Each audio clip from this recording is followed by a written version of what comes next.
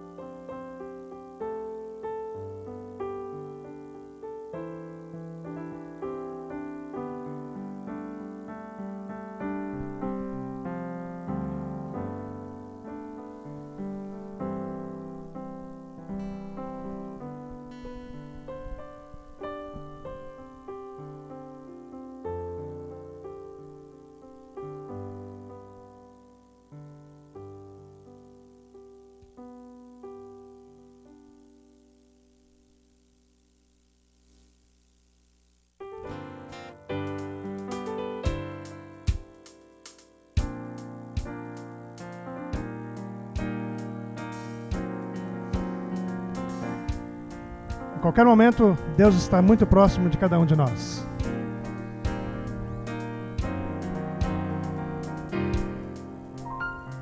Seja dia quando o sol só quer brilhar, seja noite quando a vontade é de chorar. Não é possível viver sem esperança, sem alegria e sem confiança. Deus está muito além do infinito, mas está perto de nós. O amor de Deus não dá pra se guardar, quem conhecer jamais esquecerá. Ninguém mostrou amor tão grande assim, Ele há de ser fiel até o fim. Olha o que Deus faz por cada um de vocês. Deus Faz tudo pra ficar perto de você. Ele quer ficar bem juntinho. Ele sabe como melhor lhe proteger. Não é possível viver sem esperança, sem alegria e sem confiança. Deus está muito além do infinito. Que incrível! Mas está perto de nós.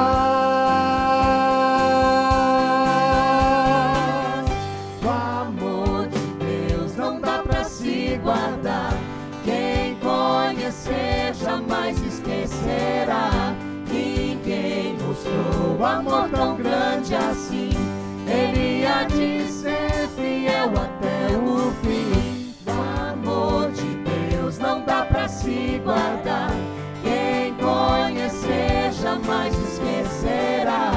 Ninguém mostrou amor tão grande assim, Ele há de ser fiel até o fim. O amor de Deus não dá pra se guardar, Quero ouvir vocês. quem conhecer jamais esquecerá.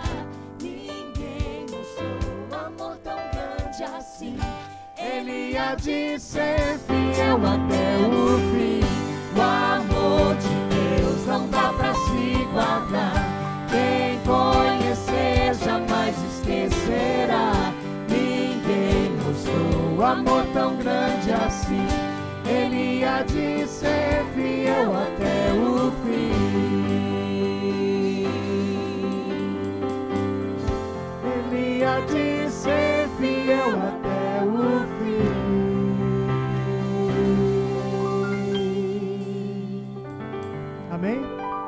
maravilha podermos ter o nosso Deus sempre próximo de nós. Aliás, Ele é o nosso refúgio, nossa fortaleza. Deus é o nosso consolo a qualquer momento. Eu convido você a ficar em pé agora e louvar a Deus através dessa canção, de todo o seu coração.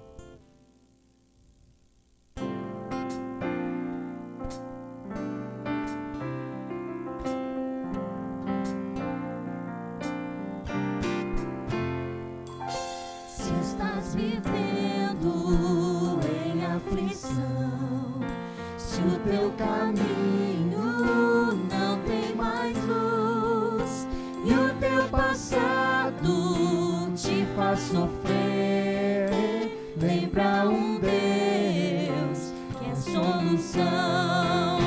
Deus traz conforto, Ele traz paz, é o abrigo no temporal, Ele é escudo, é o consolador, Deus é refúgio na provação.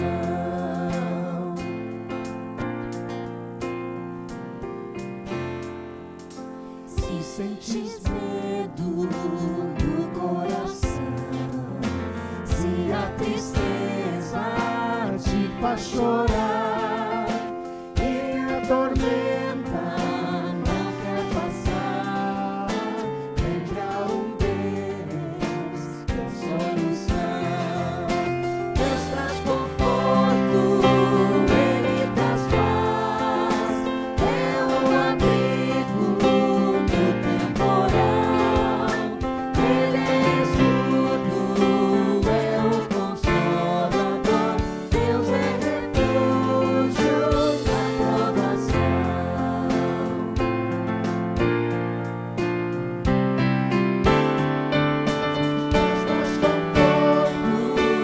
Ele traz paz, é o abrigo no temporal, Ele é escudo, é o consolador, Deus é refúgio na provação. Ele é escudo, é o consolador, Deus é refúgio na provação.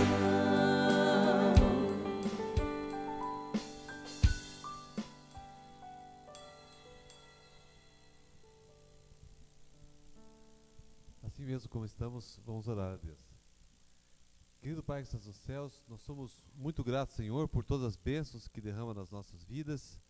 Agradecemos pelo dia de hoje e porque nos trouxeste a este templo, onde nós podemos, entre amigos, entre irmãos, nós podemos louvar o Seu nome e também nós podemos aqui aprendermos mais da Sua palavra.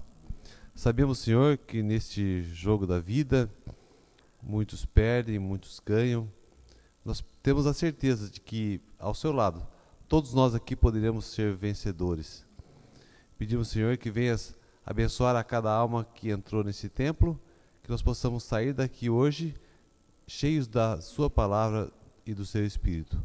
Abençoa a ministração da palavra nessa noite, é o que pedimos em nome de Jesus. Amém.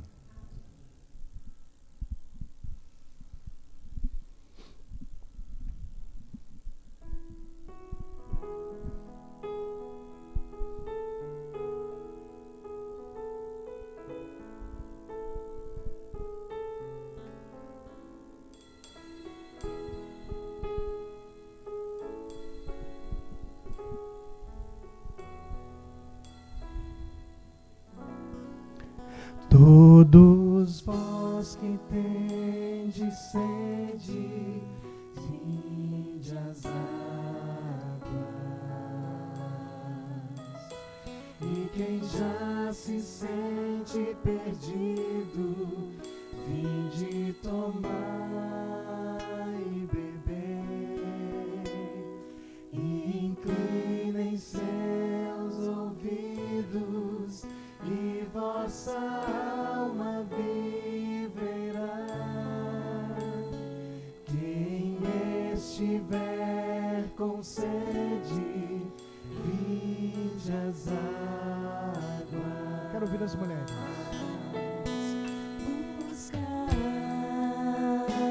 Senhor, enquanto se pode achar. Invocai o seu nome, enquanto perto ele está.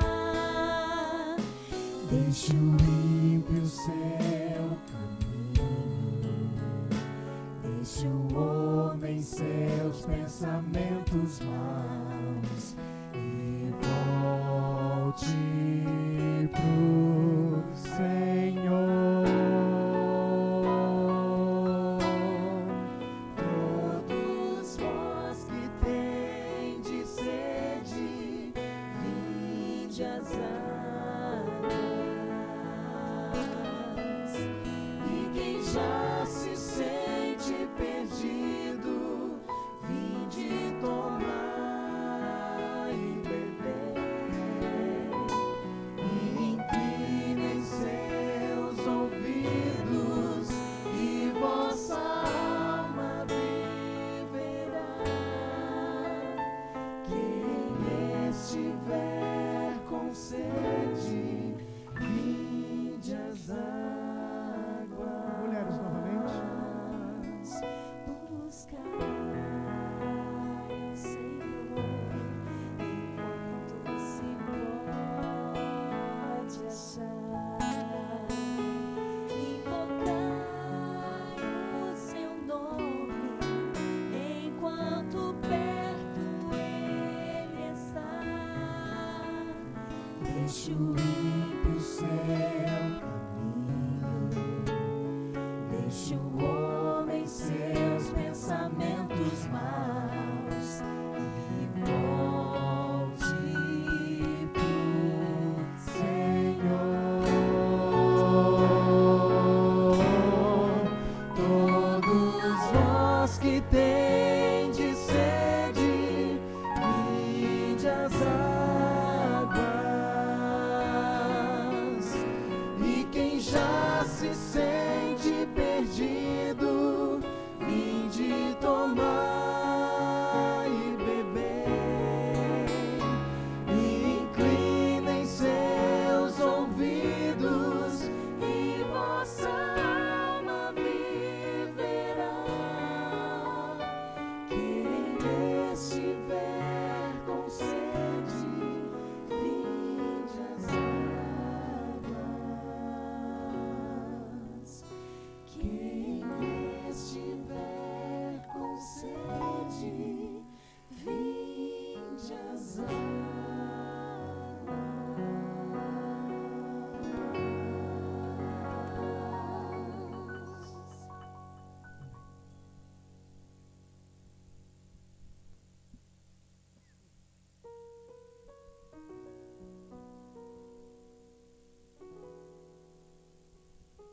História das Copas do Mundo. De 4 em 4 anos, seleções de futebol de diversos países do mundo se reúnem para disputar a Copa do Mundo de Futebol. A competição foi criada pelo francês Jules Rimet em 1928, após ter assumido o comando da instituição mais importante do futebol mundial, a FIFA. A primeira Copa foi realizada no Uruguai em 1930 e contou com a participação de apenas 13 seleções, que foram convidadas pela FIFA, sem disputa de eliminatórias, como acontece atualmente. A seleção uruguaia sagrou-se campeã e pôde ficar por 4 anos com a famosa taça. Nas duas competições seguintes, tanto em 34 como em 38, a Itália ficou com o título. Porém, entre os anos de 42 e 46, a competição foi suspensa em função da eclosão da Segunda Guerra Mundial. Já em 1950, o Brasil foi escolhido para sediar a Copa do Mundo. Os brasileiros ficaram entusiasmados e confiantes com o título. Com uma ótima equipe, o Brasil chegou à final com o Uruguai. A final, realizada no recém-construído Maracanã, Rio de Janeiro. Teve a presença de aproximadamente 200.000 espectadores. Um simples empate daria o título ao Brasil, porém, o celeste olímpica uruguaia conseguiu o que parecia impossível. Venceu o Brasil por 2-1 e tornou-se campeão. O Brasil sentiria o gosto de erguer a taça pela primeira vez em 1958, na Copa disputada na Suécia. Neste ano apareceu para o mundo, jogando pela seleção brasileira, aquele que seria considerado o melhor jogador de futebol de todos os tempos, Edson Arantes do Nascimento, o Pelé. 4 anos após a conquista na Suécia, o Brasil voltou a provar o gostinho do título. Em 62, no Chile, a seleção brasileira conquistou pela segunda vez a taça. Em 1970, no México, com uma equipe formada por excelentes jogadores, Pelé, Tostão, Rivelino, Carlos Alberto Torres, entre outros, o Brasil tornou-se pela primeira vez campeão do mundo ao vencer a Itália por 4-1. Ao tornar-se tricampeão, o Brasil ganhou o direito de ficar com a taça. Após o título de 1970, o Brasil entrou num jejum de 24 anos, sem título. A conquista voltou a ocorrer em 1994, na Copa do Mundo dos Estados Unidos. Liderada pelo artilheiro Romário, nossa seleção venceu a Itália numa emocionante disputa por pênaltis. 4 anos depois, o Brasil chegaria novamente à final, porém, perderia o título para o país anfitrião, a França. Em 2002, foi realizada na Copa do Mundo Japão-Coreia. Liderado pelo goleador Ronaldo, o Brasil sagrou-se campeão. Pentacampeão, ao derrotar a seleção da Alemanha por 2-0. Em 2006, foi realizada a Copa do Mundo da Alemanha. A competição retornou para os gramados da Europa. O evento foi muito disputado e repleto de emoções, como sempre foi. A Itália sagrou-se campeã ao derrotar, na final, a França pelo placar de 5-3 nos pênaltis. No tempo normal, o jogo terminou empatado em 1-1. Em 2010, pela primeira vez na história, a Copa do Mundo foi realizada no continente africano. A África do Sul foi a sede do evento, que ocorreu entre os dias 11 de junho e 11 de julho em 2010. A Espanha tornou-se pela primeira vez na história campeã mundial. Em 2014, a Copa do Mundo será realizada no Brasil. O evento retornará ao território brasileiro após 64 anos, pois foi em 1950 que ocorreu a última Copa no Brasil. Curiosidades sobre a história das Copas do Mundo de futebol. O recorde de gols numa mesma Copa é do francês Fontaine, com 13 gols marcados na Copa de 58. Já o recorde geral da história de todas as Copas é do brasileiro Ronaldo, com um total de 15 gols. O Brasil é o único país que participou de todas as Copas do Mundo.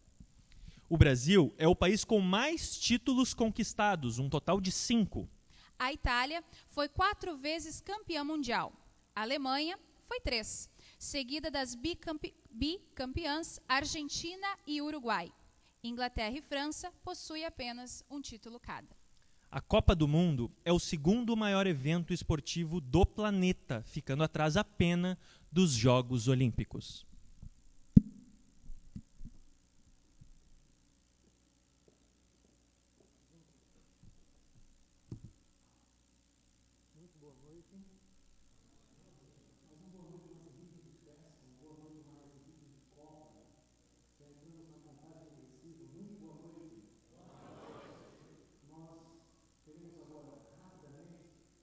Dar uma nota para vocês nos locais em que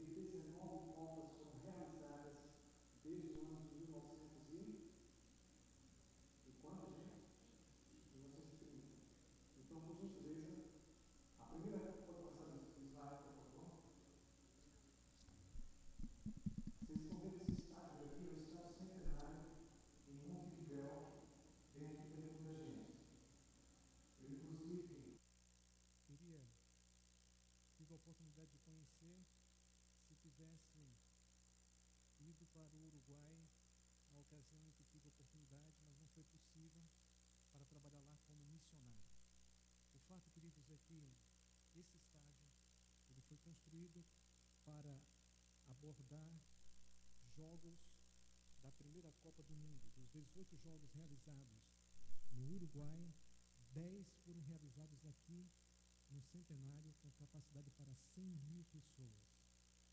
O fato é que o Uruguai, nesta ocasião, tornou-se o primeiro campeão do mundo na história das Copas. Interessante observar que na década de 1920, por 2 vezes, esse time foi campeão olímpico. A partir daí é que surgiu a ideia da Copa do Mundo, e eles então sediaram e tornaram-se, historicamente, os primeiros campeões. Logo depois, então, nós temos a Itália, em 1934, também foi campeã em seu próprio país. Em 1938, na França, a Itália é então o primeiro país a se tornar bicampeão mundial. Logo depois, em 1950, a Copa foi realizada aqui no Brasil, precisamente no Maracanã. O fato é que o Brasil, ele fez a proposta de construir o maior estádio de futebol do mundo, com capacidade para 155.000 pessoas. Se vocês observarem, existe um hiato,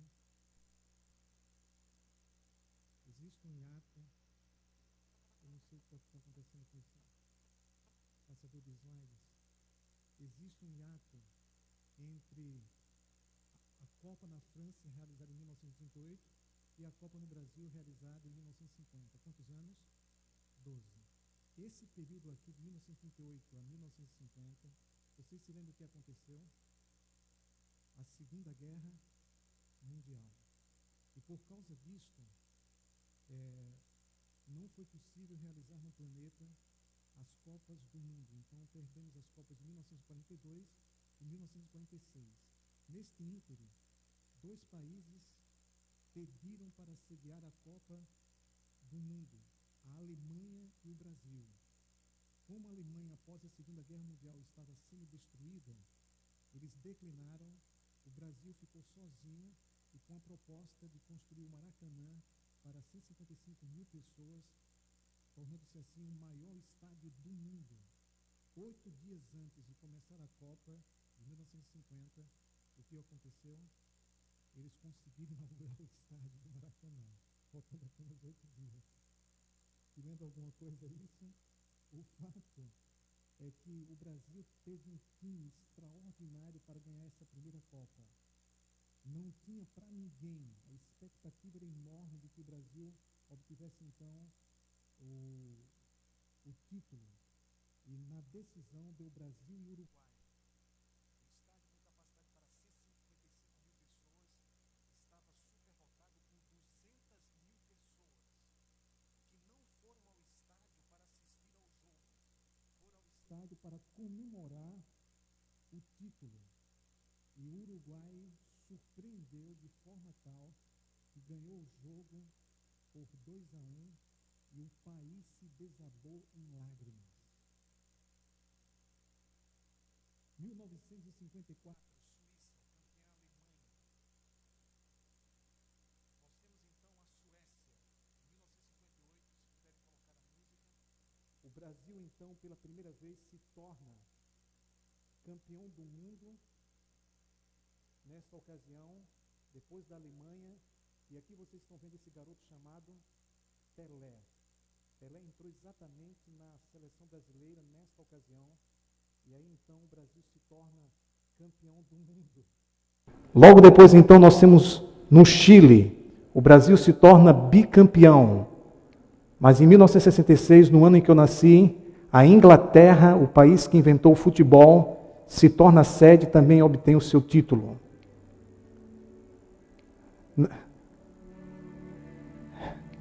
Muito bem.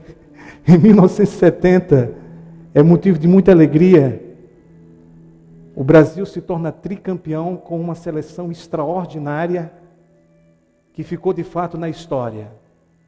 Eu acho que a gente precisaria de uma música mais alegre para a Copa do Mundo, né? Nós temos então aqui em 1974 a Alemanha Ocidental e a Argentina em 1978 se torna também campeã. Vamos então para 1982, a Espanha torna-se a sede, a Itália vai lá então e confere o tricampeonato. No México, nessa ocasião, a Argentina, nossos irmãos, obtém então um título. Temos então na Alemanha, a Alemanha também obtendo mais uma vez o título em 1990. Nos Estados Unidos, o Brasil se deu muito bem em 1994. E finalmente nós temos aqui em 1998 a França sediando, e a campeã foi a França. Uma campanha decepcionante, quando Ronaldo amarelou. Coreia do Sul e Japão, o Brasil então vai lá, e o Ronaldo faz a sua melhor campanha em toda a história da sua vida profissional. E a Alemanha, em 2006, Itália, e finalmente a Espanha obtém pela primeira vez o seu título de campeão mundial. Podem acender as luzes, por gentileza? Queridos, deu para a gente ter uma visão da história das Copas. Só que nós, na realidade, queremos falar de uma outra história muito mais importante. Se puder acender as luzes. De uma outra história muito mais importante, que é a história da Copa da nossa vida. Nós estaremos voltados para os jogos da Copa, inevitavelmente, e não há nenhum mal nisso, mas nos lembremos que mais importante do que a Copa que será realizada aqui no Brasil, é a Copa da nossa vida. E esta Copa, ela na realidade já teve o seu início desde a criação. A história da criação é a história da Copa. O céu se desabou em choro quando testemunhou Adão e Eva perdendo a partida de estreia na Copa da Vida dentro de casa. Espero que isso não aconteça com o Brasil. O jogo foi travado dentro de casa e, lamentavelmente, Eva fez um gol contra. Eu quero que inicialmente vocês abram um compêndio de Deus, por favor, Bíblias abertas, no livro de Gênesis. Gênesis. E nós vamos ver aqui, na história da criação, algo que nos chama bastante atenção. No capítulo 2, versículo 7, Gênesis capítulo 2, versículo 7, a palavra assim então nos diz o seguinte: então, leiam comigo, formou o Senhor Deus ao homem do pó da terra e lhe soprou nas narinas o fôlego de vida, e o homem passou a ser alma vivente. Por favor, pare aí e pense comigo. Formou o Senhor Deus o homem do pó da terra. Existem evidências científicas de que substâncias que, estão presentes no pó da terra também estão presentes no corpo humano. O que, de certa forma, sinaliza cientificamente favorável à declaração bíblica de que Deus criou o homem do pó da terra. Agora, você imagine, este ser que tem uma inteligência inimaginável, um talento extraordinário, cheio de amor ao criar o homem, e o cria à sua semelhança. Então, por favor, entenda, você não é obra do acaso. No jogo da vida, Deus naturalmente, te fez para vencer. E nós temos em nossa mente, em nosso coração, em nosso corpo, as impressões de um Deus que não falha. Lá estava então Adão pronto, perfeito, uma obra de arte. E nós, como seres humanos, somos de fato uma obra de arte. Sim ou não? Nós somos uma obra de arte. Quem conhece um pouquinho de anatomia entende a maravilha que é o corpo humano e a vida como um todo. Nós somos uma obra de arte. Então, quando você tem essa visão bíblica, isto alavanca a sua autoestima. A nossa autoestima não deve estar baseada no que os outros dizem a nosso respeito ou pensam a nosso respeito, ou o espelho nos apresenta. A nossa autoestima deve estar baseada no que a palavra de Deus diz. Nós fomos criados à sua semelhança. E Deus, então, ao formar o homem à sua semelhança, ele não pegou um ser que já existia e colocou dentro do homem um ser inteligente que tinha emoções, etc. O espírito não é uma entidade separada da matéria. Note o que o texto diz. Do pó da terra ele soprou nas narinas o fôlego de vida. A palavra espírito, no original, significa alento, significa respiração, significa fôlego de vida. Então a palavra aqui nos diz, o homem passou a ser. Se ele passou, logicamente não era, é óbvio. Alma vivente. Se há alma vivente, o que é que isso também significa? Que há alma que não vive. Alma aqui, queridos, na concepção bíblica, é a integração da mente, do corpo, das emoções e do espírito. Não é entidade que vive de repente aí, vagando pelo planeta e fazendo medo às pessoas. Alma, biblicamente, é a integração desses elementos criados por Deus que formam o ser humano. Então, quando Deus criou o homem à sua imagem, que Adão abriu os olhos pela primeira vez, ele se deparou exatamente com a Trindade. E o Espírito Santo já estava sobre ele e revelou, naturalmente, quem estava olhando para ele: Deus. Que visão extraordinária! A imagem de Deus causou um impacto na mente e no coração e ficou impressa, sabe, no caráter e na vida interior de Adão. Nós precisamos ter essa experiência de Adão quando nos acordamos pela manhã, ao abrir os nossos olhos, contemplarmos Deus por meio da oração e da leitura metódica da sua palavra.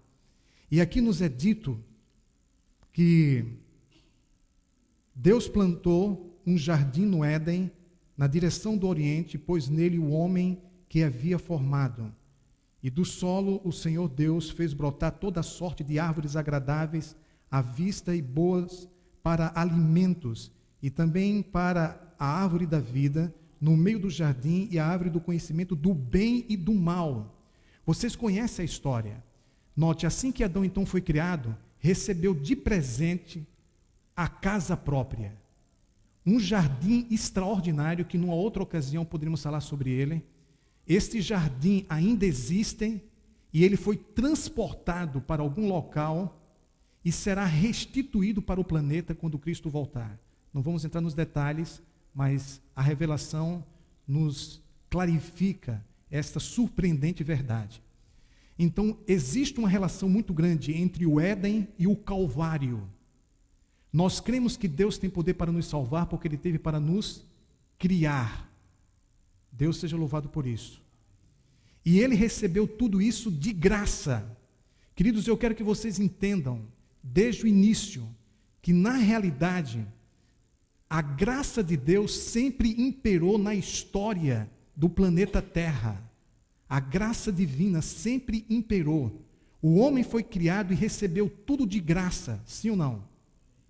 Ele fez alguma coisa para receber tudo isso? De forma nenhuma. Ele recebeu tudo de graça. Então, essa é a maneira de Deus se relacionar com a gente. Ele tem prazer em nos dar. E a nossa reação não é nem a nossa parte. A nossa reação é aceitar ou rejeitar. E Deus concedeu, desde a criação, já manifestou a sua graça para o homem, dando-lhe tudo. Agora veja, ali havia duas árvores. Uma que era chamada a árvore da vida e a outra a árvore do conhecimento do bem e do mal. E foi exatamente na árvore do conhecimento do bem e do mal que Adão e Eva travaram e foram derrotados, sabe, por Satanás, infelizmente, na estreia da sua vida. Deus havia dito para que eles não se aproximassem daquela árvore. E o texto nos mostra, queridos, no capítulo 3, o seguinte: mas a serpente, mais sagaz que todos os animais selváticos que o Senhor Deus tinha feito, disse à mulher: é assim que Deus disse, não comereis da árvore toda do jardim? Respondeu-lhe a mulher: do fruto da árvore do jardim podemos comer, mas do fruto da árvore que está no meio do jardim, disse Deus, dele não comereis, nem tocareis nele, para que não morrais. Jogando em casa, quem estava no gol era Adão. Eva, lamentavelmente, fez gol contra. E a derrota foi trágica. Queridos, na Copa da Vida, nós precisamos entender que de repente podemos estar cometendo os mesmos erros de Adão e Eva. Adão e Eva não seguiram as orientações técnicas que foram dadas por Deus. Deus havia advertido Adão e Eva sobre a tentação que eles sofreriam. Adão e Eva não foram pegos desprevenidos. Lamentavelmente, ela estava sozinha. E é o que acontece quando as pessoas querem jogar sozinhas. Quando jogamos sozinhos, nos tornamos muito mais vulneráveis. A vida cristã, ela precisa ser vivida de uma forma dinâmica e sempre numa integração com outras pessoas, numa integração de amor e fé. A Bíblia diz: é melhor serem dois do que um. Sozinhos nós somos muito mais vulneráveis, muito mais frágeis. Mas quando nós jogamos, seguindo as orientações, sabe, da palavra de Deus, quando nós jogamos em parceria, numa parceria de amor e fé com outras pessoas, nós nos tornamos mais fortes. E em Cristo, as vitórias são em números bem maiores. Eva não era eterna, Adão não era eterno, eles eram candidatos à eternidade. A única prova era exatamente a árvore do conhecimento do bem e do mal. Eles não precisavam comer daquele fruto para terem vida e para terem prazer. Nas entrelinhas, a Bíblia nos mostra que o pecado é a coisa mais desnecessária que existe. Eles tinham uma variedade imensa, sabe, de alternativas. Esses dias nós demos uma chegadinha no Nordeste e estávamos com algumas pessoas daqui do Rio Grande do Sul e nós ficamos tentando apresentar algumas frutas que não são muito comuns aqui. Vocês conhecem a siriguela? O Luciano conhece. Siriguela. Vocês conhecem, me lembra aqui, umbu.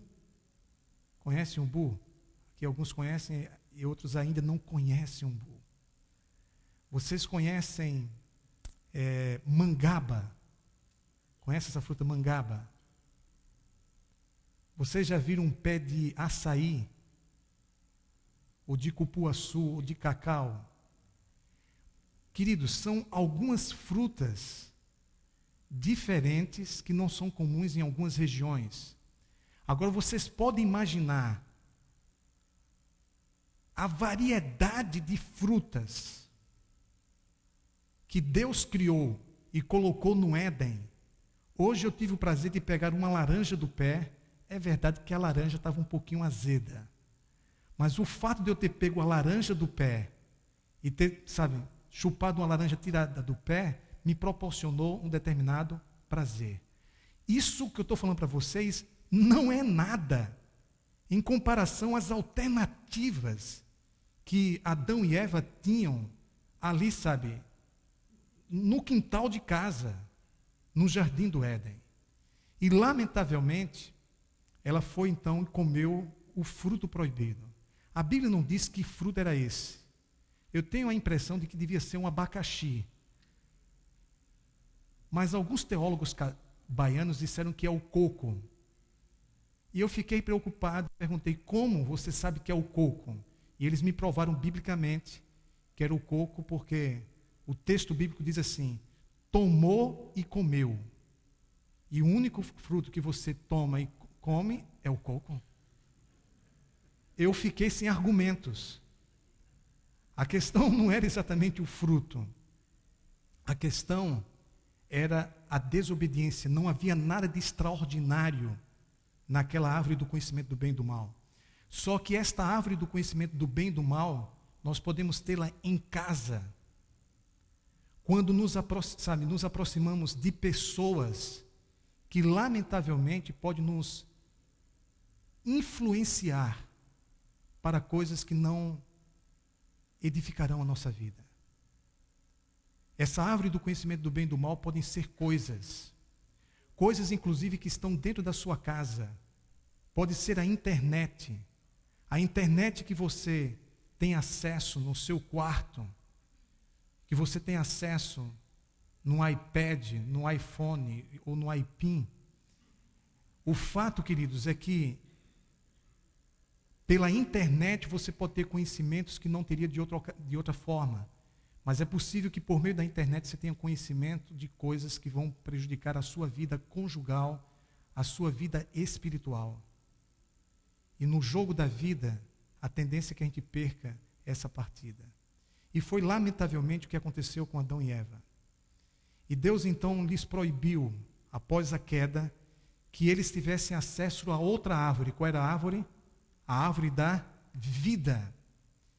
E foram colocados querubins. A Bíblia é muito clara nisso. Foram colocados querubins. Deus então chegou para conversar com Adão e Eva. E o texto bíblico diz que eles fugiram de Deus. Existem pessoas fugindo de Deus, que não querem ouvir a voz de Deus. E o fato é que finalmente Deus conseguiu falar com eles e disse: olha, daqui não a 4 anos, mas daqui a 4.000 anos, será jogada uma outra copa, e meu filho vem jogar no lugar de vocês dois. Daqui a 4.000 anos, ele vai dar a vida para obter a vitória e restituir para vocês tudo o que vocês perderam, de forma que nem tudo está perdido. E 4.000 anos depois, nós sabemos o que aconteceu, o que nos apresenta a relação entre o Éden e o Calvário. Deus proibiu que eles tivessem acesso à árvore da vida do jardim do Éden, mas Deus plantou 4.000 anos uma outra árvore da vida, que é a cruz de Cristo. E dessa árvore eu e você podemos nos aproximar e comer o seu fruto, espiritualmente falando, que é a aceitação de Cristo em nossa vida. Interessante que Adão e Eva receberam tudo de graça e mais do que eles imaginavam. Por favor, vamos agora pegar a palavra de Deus, Bíblias abertas, no livro de Romanos. Romanos capítulo 8, versículo 32. Romanos 8, versículo 32.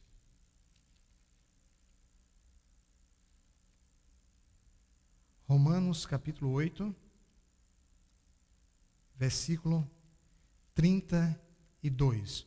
O texto bíblico assim nos diz: aquele que não poupou o seu próprio filho, antes por todos nós o entregou, porventura não nos dará graciosamente, vejam aqui de novo a graça, com ele todas as coisas. Então note, na criação, Deus deu tudo para que Adão e Eva fossem felizes e fiéis. Deus já havia concedido para Adão e Eva o seu filho sem eles saberem. Após então a queda, aqui nós vemos que com Cristo Deus também nos dá todas as coisas. Então, queridos, por favor, entenda uma coisa: no jogo da vida, Deus te dá tudo para você ganhar a partida. E Ele te dá de graça, não porque você merece, mas porque você precisa. E o fato dele nos conceder o seu filho é uma prova extraordinária, que ele deseja nos conceder muito mais graciosamente. Então nós não temos um Deus mesquinho, nós temos um Deus que nos surpreende e deseja nos dar mais do que nós imaginamos. E por ocasião exatamente ali da criação, Deus já havia concedido Jesus para Adão e Eva sem eles saberem. É a conclusão que nós chegamos ao ler o texto de Apocalipse capítulo 13, versículo 8. Abra o compêndio de Deus em Apocalipse 13, versículo 8. O texto aqui então nos diz assim, Apocalipse 13, verso 8, e adorá-la-ão com todos os que habitam sobre a terra, aqueles cujos nomes não foram escritos no livro da vida do Cordeiro, que foi morto desde quando? O Cordeiro que foi morto desde quando? Desde a fundação do mundo. Quem é este Cordeiro? Jesus Cristo.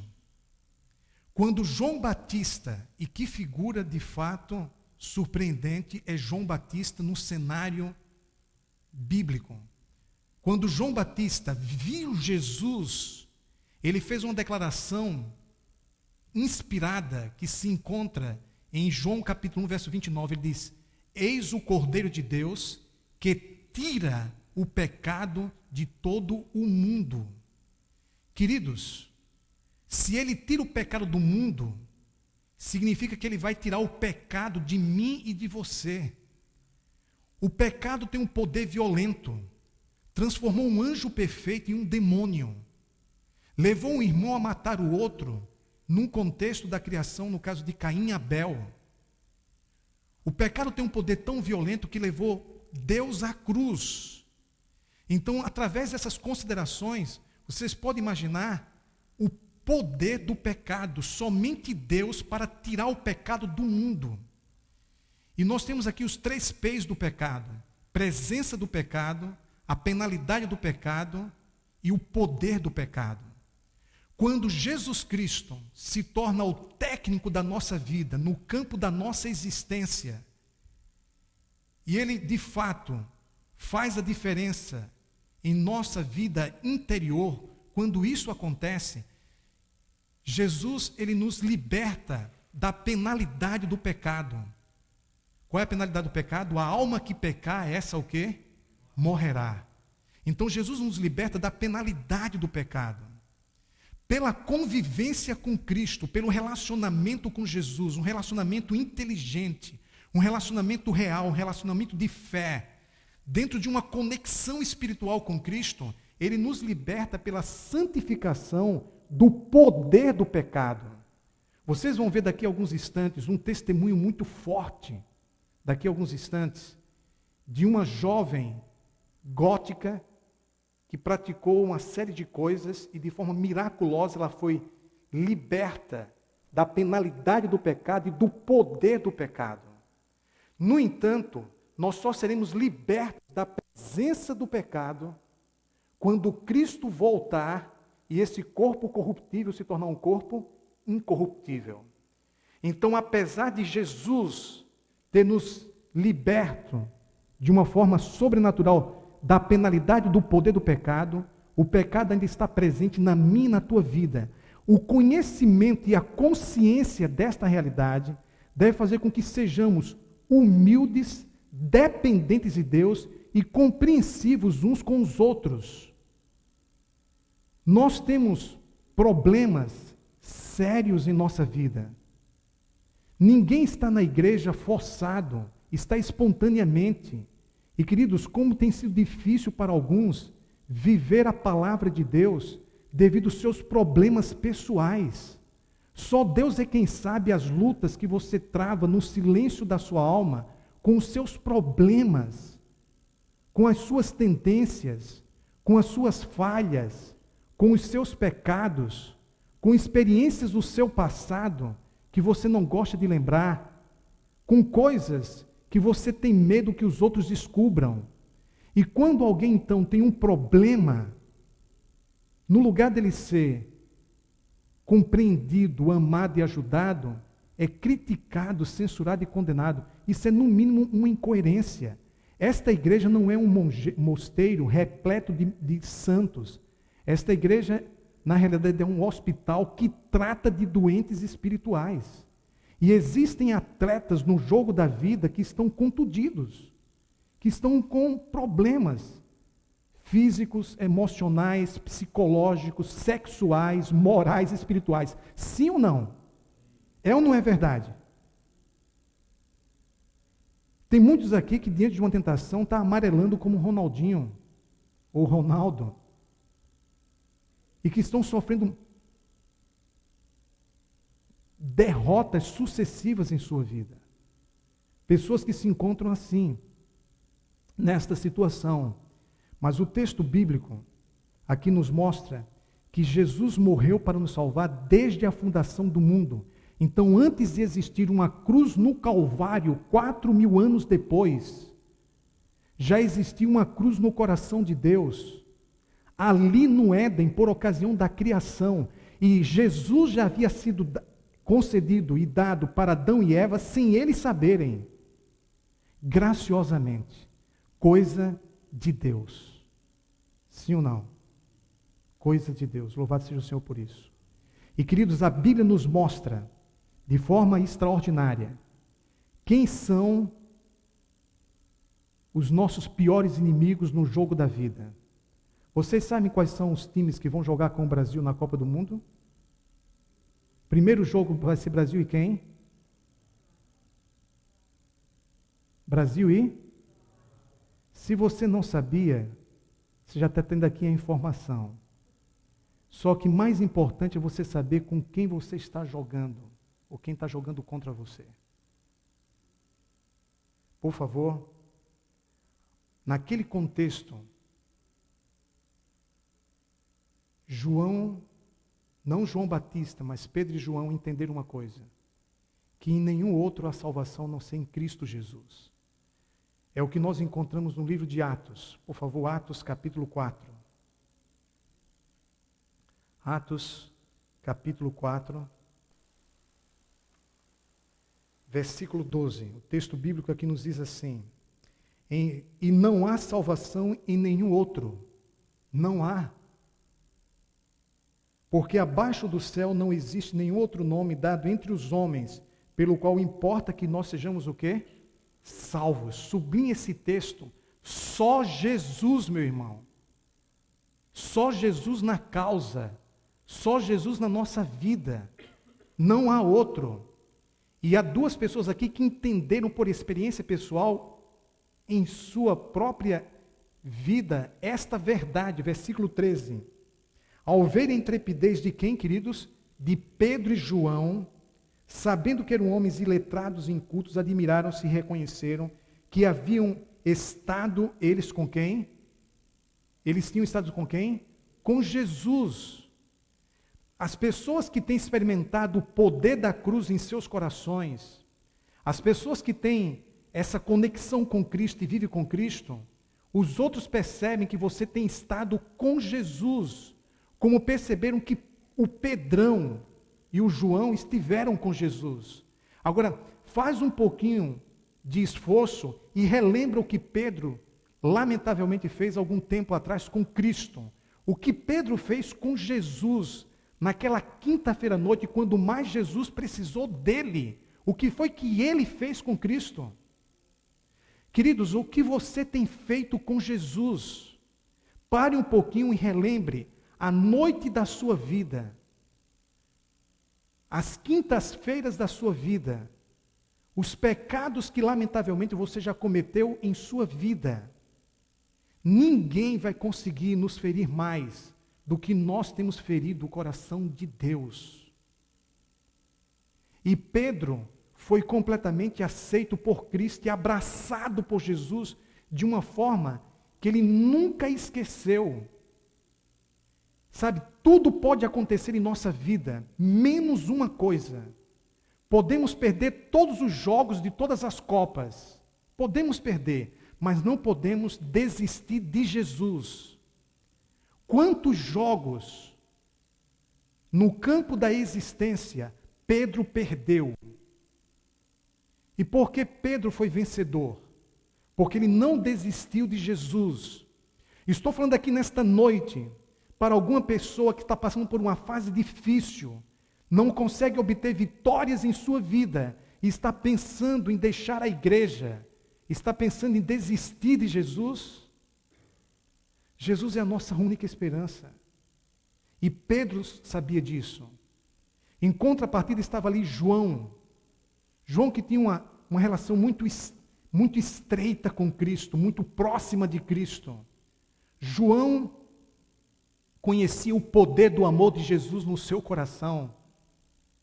E como esse amor pode transformar o nosso temperamento, o nosso caráter, os nossos relacionamentos, a nossa visão de mundo, a nossa perspectiva de futuro.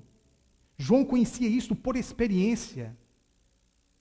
E ele obteve vitórias em sua vida. E é exatamente esse João que esteve com Cristo, conheceu, conviveu, caminhou, confidenciou, confiou a vida a Cristo. É esse João que nos fala dos nossos piores inimigos. São 3, por favor. Veja aqui esses 3 inimigos. 1 João capítulo 2. 1 João capítulo 2, versículo 14. A palavra assim nos diz, queridos, o seguinte. Daqui a pouco eu quero apresentar para vocês o clipe. Filhinhos, eu vos escrevi, porque conheceis o Pai. Pai, eu vos escrevi, porque conheceis aquele que existe desde o princípio. Jovens, eu vos escrevi, porque sois fortes, e a palavra de Deus, o quê? Permanece em vós, e tendes vencido o maligno. Porque esses jovens da igreja tiveram vitória em suas vidas. Por quê? Porque eles tinham a palavra de Deus em seus corações. O livro dos Salmos, no capítulo 119, versículo 11, diz: escondi a tua palavra no meu coração para não pecar contra ti. Quando no estádio da vida as luzes se apagam, o Salmo 119, versículo 105 diz: lâmpada para os meus pés é a tua palavra e luz para o meu caminho. Lamentavelmente, naquele jogo de estreia, os jovens, Adão e Eva, perderam o primeiro jogo jogando em casa com direito a um empate. E o céu chorou. Por que isso aconteceu? Porque preferiram ouvir a palavra de um outro ser do que ouvir a palavra de Deus. Eu temo que de alguma forma, em nossos dias, você esteja ouvindo palavras do mundo, propostas do mundo, que são diametralmente opostas às palavras e às propostas de Deus para a tua vida. Eu temo que de alguma forma você esteja fazendo um plano de vida que não corresponde aos planos que Deus tem para a tua vida. No livro de Jeremias, no capítulo 29, diz: eu sei que planos tenho a vosso respeito, planos de paz e prosperidade, para vos dar o fim que desejais. Queridos, ainda não chegamos no fim, e o que importa é o fim. Vocês imaginem se de repente nessa Copa do ano de 2014, dá na decisão Brasil e Argentina. Primeiro tempo, Argentina 2-0, haja coração. No segundo tempo, 2-2, haja coração. E nos últimos 3 minutos do segundo tempo, o Brasil faz 3-2. Ninguém diz amém? O que importa? O jogo ou o final?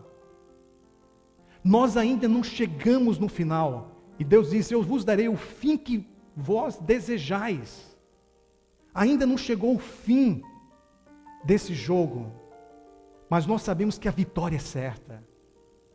E aqui nos mostra que é possível vencer o maligno. E eles tiveram vitória sobre o maligno pelo sangue de Jesus, pelo poder da palavra de Deus. E nos versículos subsequentes nos mostram outros 2 grandes inimigos: não ameis o mundo, nem as coisas que há no mundo. Se alguém amar o mundo, o amor do Pai não está nele. Pessoas que estão dentro da igreja estão amando o mundo. Frequentar um campo de futebol e assistir um jogo entre alguns times que estarão aqui em Porto Alegre, isso seria expressão de amor a Cristo ou ao mundo? Algo para você pensar. Mais importante do que essa Copa que teremos aqui no Brasil, é a Copa da sua vida. E o outro grande inimigo, versículo 16, porque tudo que há no mundo, a concupiscência da carne, exatamente o ego, os desejos da carne, seus caprichos pessoais. Então os três grandes inimigos, queridos, são o maligno, o mundo e a carne. Somente Cristo pode nos dar a vitória. E o diabo tem feito coisas tremendas. Mas a Bíblia diz, no capítulo 3, versículo 8, aquele que pratica o pecado procede do diabo, porque o diabo vive pecando desde o princípio. Para isso se manifestou quem? O Filho de Deus para o quê? Destruir as obras do diabo. Amém? Destruir as obras do diabo em sua mente. Destruir as obras do diabo em seu coração. Destruir as obras do diabo em sua vida. O que acontece quando o inimigo ganha a partida?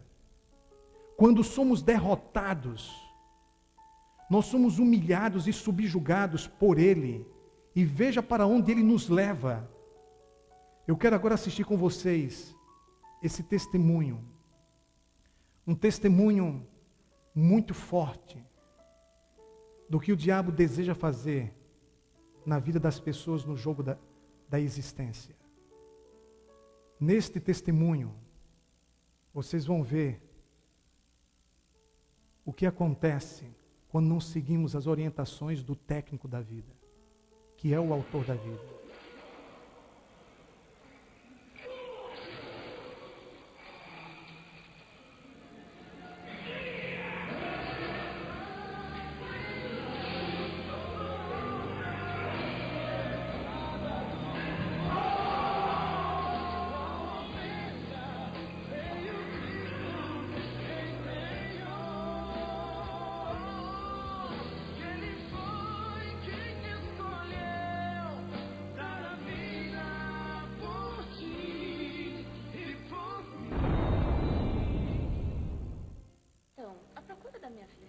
Começou quando eu tinha uns 15 anos. Eu comecei a me envolver com o goticismo.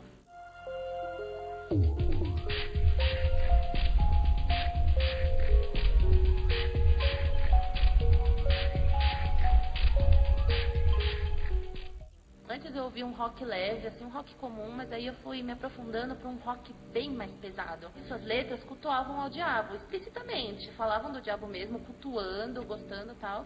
E eu sabia disso, lógico, mas eu gostava, então eu ouvia e levava outras pessoas a ouvir também. E a gente fazia de tudo, fazia orgia, bebia até ficar, sabe, caído, e aí se envolvia sexualmente, me envolvi também sexualmente com essas meninas.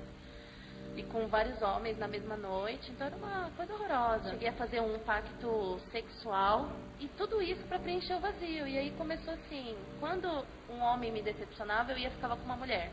Aí uma mulher me decepcionava e falava, não, as mulheres não prestam, eu vou ficar com um homem. A primeira vez que eu vim para o cemitério foi com um amigo meu. Eu gostava de ficar lá, eu gostava de ficar deitada nos túmulos, fumando, me drogando lá. E também, nessa época também surgiu o interesse por sangue. De tão bêbado que as pessoas estavam nessas orgias, eu chegava, ai, posso sugar seu sangue? A pessoa, como assim sugar meu sangue? Eu falei, deixa eu te mostrar. Aí eu pegava, chupava o sangue tanto do pulso como do pescoço. E eu gostava muito de sangue, tanto que tinha um amigo meu na época que ele conseguia tirar sangue da boca. E aí eu via, ele escorria muito sangue da boca dele. E eu olhando aquele sangue, era como se, sabe quando criança vê doce e fica com aquela cara brilhando, eu quero? Era o mal dentro de mim que fazia eu gostar dessas coisas. Então eu beijava ele com aquele sangue, pra mim naquela época era maravilhoso, né? Mas eu ainda não entendia que era um mal na minha vida. O vazio não era preenchido. Era um vazio muito grande, tanto que eu sentia até vontade de morrer. Por várias vezes eu tentei o suicídio. Eu tentei já me cortar, eu pegava aqueles alicates de unha bem afiados e começava a raspar no meu braço, a raspar pra tentar tirar aquela dor. No viaduto perto da minha casa, eu fiquei por mais de meia hora olhando lá pra baixo. Era fim de tarde e tal. eu ficava olhando para baixo pensando, me jogo ou não me jogo? Era a dúvida, eu falei assim, gente, eu vou me jogar, mas eu não tenho coragem. Eu ficava olhando para baixo assim, falava, gente, e agora? O que eu faço da minha vida? Uma das épocas mais pesadas foi quando, do ano de 2007 para 2008, a gente passou o ano novo, a virada de ano na Paulista, e aí depois a gente veio para cá, para o cemitério. A gente pulou o muro e ficou no cemitério à toa. E era aqui nesse lugar, onde só tem gente morta, onde só há morte e destruição, que eu alimentava o meu pacto com o diabo.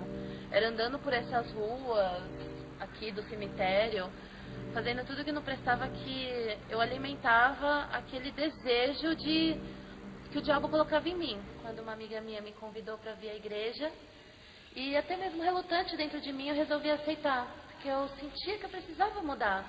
Porque mesmo que eu estivesse distante de Deus, eu sabia que se eu morresse, a minha alma ia para o inferno. Eu tinha consciência disso, então eu resolvi me entregar. Ok. Hoje eu vi. Para isso veio Jesus ao mundo, para destruir as obras do diabo em nossa mente, nosso coração, em nossa vida, inclusive em nossa casa. Tudo mudou em sua vida quando ela deixou de ouvir rock,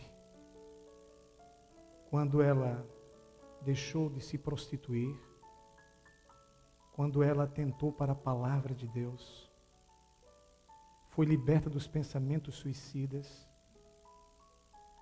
e Jesus se tornou o técnico da sua vida. O atleta unicamente adorado por ela no jogo da vida. Jesus a trouxe para junto dela. Hoje, Jesus é o seu ídolo. Ela vestiu a camisa da salvação com as marcas do sangue de Jesus. Bem junto a mim. É o que Jesus te diz nesta noite. Nesta semana esteja bem junto de Cristo. Se aproxime dele como nunca. Que na copa da vida, diante das derrotas que você tem sofrido, que você encontre em Jesus a vitória que você tanto precisa. Eu quero nesse momento estender a você a oportunidade de se aproximar de Cristo, de poder sentir a sua presença e o seu poder e o seu amor. Nós vamos agora cantar essa música. É uma música muito bonita, que é um apelo para que diante de toda essa agitação do mundo, todo esse barulho da copa, que você possa se aproximar de Jesus. E se você deseja aproximar-se dele, eu quero te convidar aqui à frente. Eu quero orar por você e quero junto com você me aproximar de Jesus. Quem é a primeira pessoa nesta noite que se levantará e dirá: eu quero me aproximar de ti, Senhor. Eu quero que tu faças em mim, por mim, o que ninguém pode fazer, Senhor. Eu reconheço que não posso continuar perdendo cada partida da minha vida, a cada semana, do jeito que eu estou perdendo, Senhor. Eu preciso que tu, de fato, realizes em meu ser o que lá no íntimo eu tanto desejo, porque não posso continuar vivendo dessa forma que estou vivendo. É verdade que de repente você não chegou ao extremo daquela jovem, mas de alguma forma você pode ter sofrido perdas na sua vida. E o que você precisa é de Jesus. Louve ao Senhor.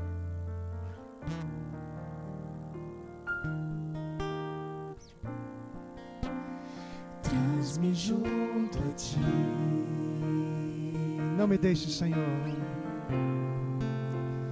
Não me deixes ir. Entrego tudo, Senhor. Entrego tudo a ti, Senhor.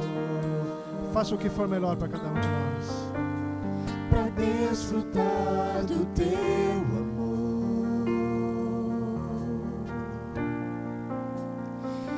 É És meu bem-querer. Não há mais nada em nossa vida. Não há mais ninguém,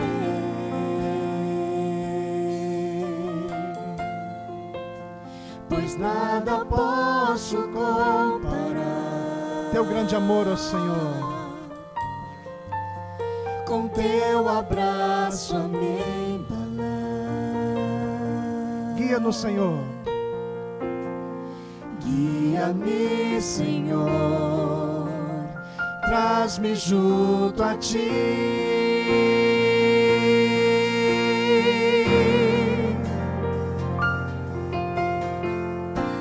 Só quero a ti. És tudo que eu preciso. Só quero a ti. Contigo quero estar. Traz-me junto a ti, Senhor. Traz-me junto a ti. Não nos deixes ir sem a tua bênção, Senhor. Não me deixes ir.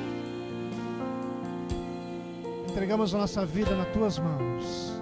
Entrego tudo a ti, Senhor. Queremos desfrutar o melhor de ti, nós. Pra desfrutar do teu amor. És meu bem-querer. Não há mais ninguém em nossa vida. Não há mais ninguém,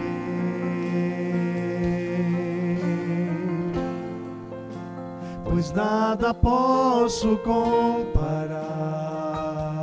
Teu grande abraço, Senhor. Com teu abraço a me embalar. Guia-me, Senhor, traz-me junto a ti.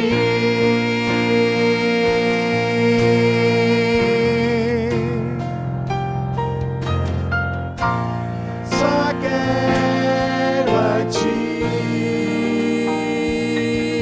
É tudo que precisamos. És tudo que eu preciso. Só quero a ti. Contigo quero estar. Só quero a ti. És tudo que eu preciso. Só quero a ti. Contigo quero estar. Senhor, queremos ficar juntinho de ti. Contigo quero estar.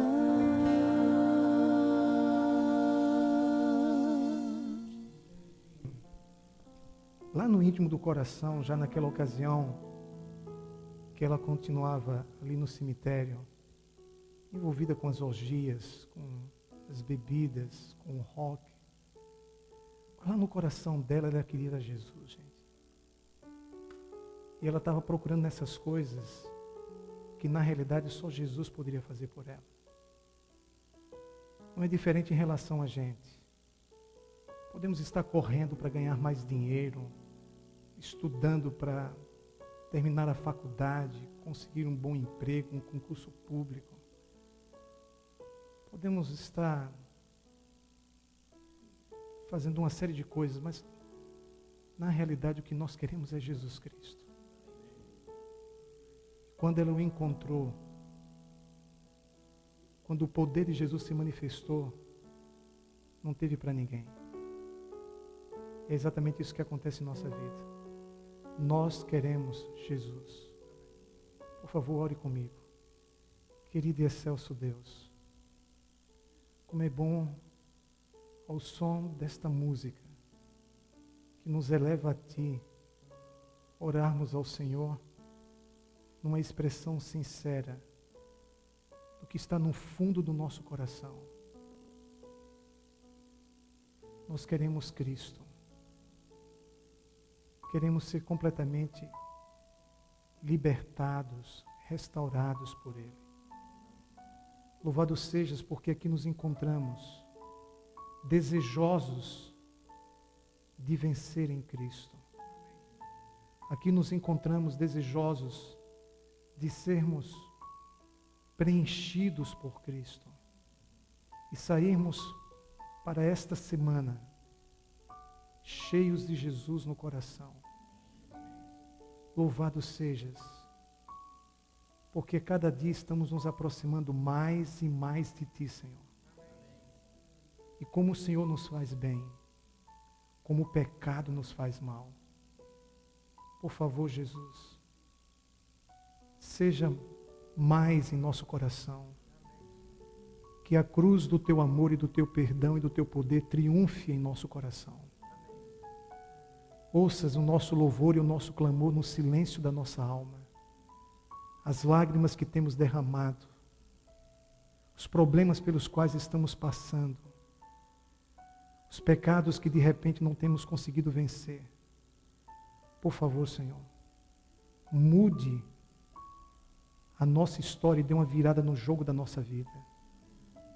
Nós te pedimos, pelos Teus próprios méritos, Cristo. E em louvor nós te adoramos e derramamos aos Teus pés a nossa vida.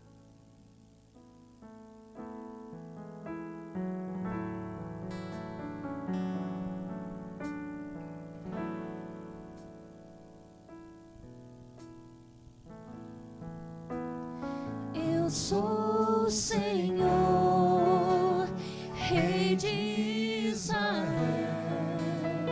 Santo Redentor, começo e o fim.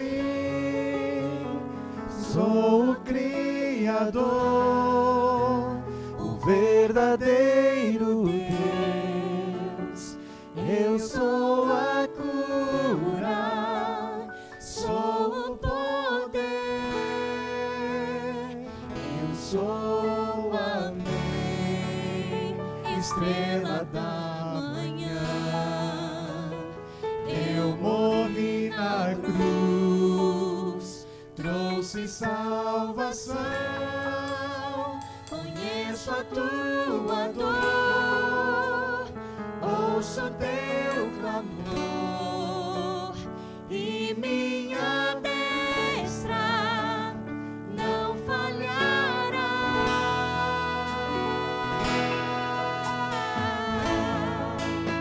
Não há o que temer, contigo eu estou. Não te assombres, porque eu sou teu Deus. Te fortalecerei, te sustentarei com minha mão. Eu serei fiel.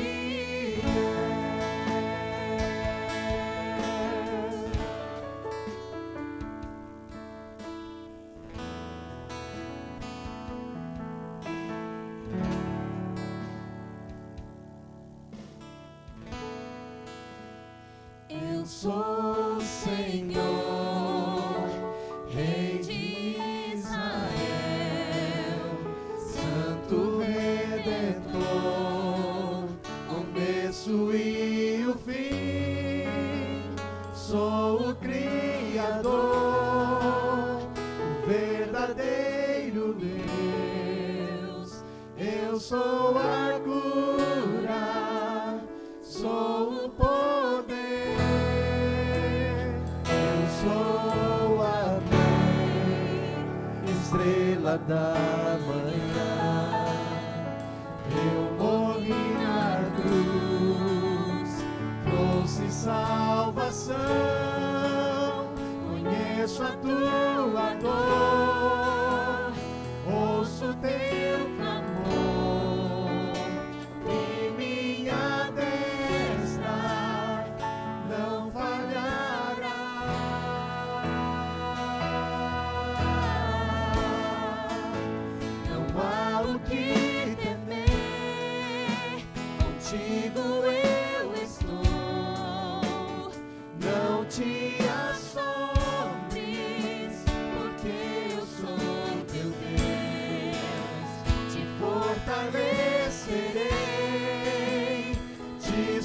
sustentarei com minha mão, eu serei fiel.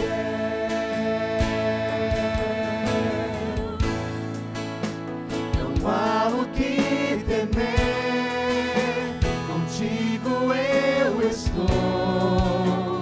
Não te assombres, porque eu sou teu Deus. Te fortalecerei, te sustentarei com minha mão, eu serei fiel.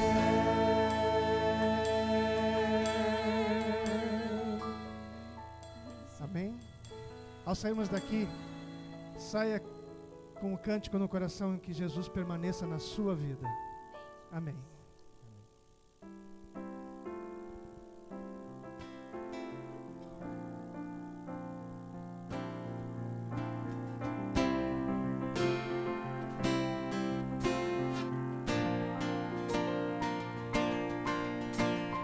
Vem, ó Senhor, em mim habitar, pois quero ser templo teu.